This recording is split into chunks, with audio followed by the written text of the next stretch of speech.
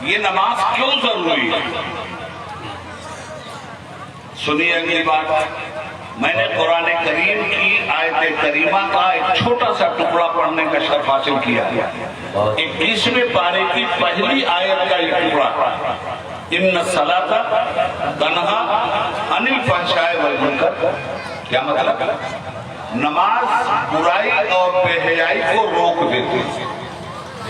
ذرا غور کیجئے گا، علماء کرام سے بھی گزارش ہے جی۔ نماز کے دو کام، ایک تو سماج میں جو سماج نماز پڑھتا ہے اس کو برائی سے روکتی ہے اور بے حیائی سے روکتی ہے۔ آپ سب جانتے ہیں کہ برائی کیا ہے، یہ چھوٹا سا لفظ برائی بولا ہوا ہے اور چھوٹا سا لفظ بے حیائی ہے، مگر ان کی طاقت آپ کو میں بتاؤں، یہ اتنے طاقتور ہیں، یہ برائی اور بے حیائی کا اتنا بڑا پاور ہے کہ امریکہ کے ایٹم بم میں بھی وہ طاقت نہیں ہے جو برائی سے طاقت ہے، رشیا کے ایٹم بم میں وہ طاقت نہیں ہے جو بے حیائی میں، یہ مودی ڈھونگی کے مکاری اور عیاری میں وہ طاقت نہیں ہے جو برائی اور بے حیائی میں، حالانکہ مکاری اور عیاری بھی ایک برائی ہے، یہ برائی اور بے حیائی یہ کہاں نہیں ہے؟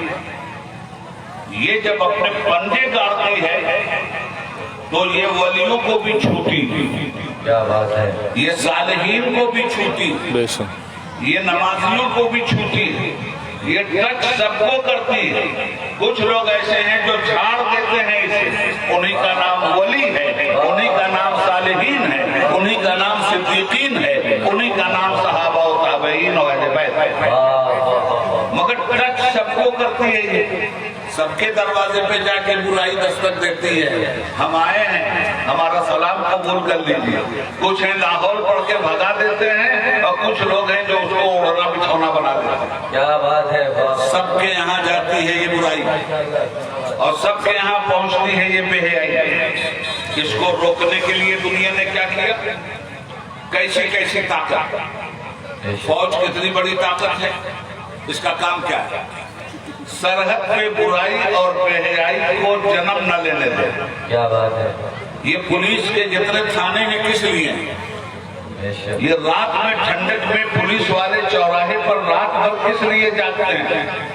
صرف اس لیے کہ برائی اور بے حیائی سماج میں جڑ نہ پکڑنے پائے، برائی کو اکھاڑ دینے کے لیے، بے حیائی کو اکھاڑ دینے کے لیے کروڑہ کروڑ روپیوں کا بجٹ بنتا ہے ہوم منسٹری کا، کروڑہ کروڑ روپیوں کا بجٹ بنتا ہے فارن منسٹری کا، کروڑہ کروڑ روپیوں کا بجٹ بنتا ہے ڈیفینس منسٹری کا۔ یہ عدالتیں کیوں ہیں؟ یہ جج کیوں بیٹھے ہیں؟ یہ وکیل آپ کے مقدمے کی وکالت کیوں کر رہا ہے؟ غور سے سننا بات کو، یہ باتیں تمہیں سننے کو نہیں ملیں گی۔ بہت قیمتی بات، کیوں کرتا ہے یہ؟ تو صاحب اسی برائی اور بے حیائی کو ختم کر دیں۔ ابھی قتل کیا ہے؟ برائی ہے۔ فساد کیا ہے؟ برائی ہے۔ ظلم کیا ہے؟ برائی ہے۔ رشوت کیا ہے؟ برائی ہے۔ حرام خوری کیا ہے؟ برائی ہے۔ سود خواری کیا ہے؟ برائی ہے۔ جھوٹ کیا ہے؟ برائی ہے۔ غیبت کیا ہے؟ برائی ہے۔ فساد کیا ہے؟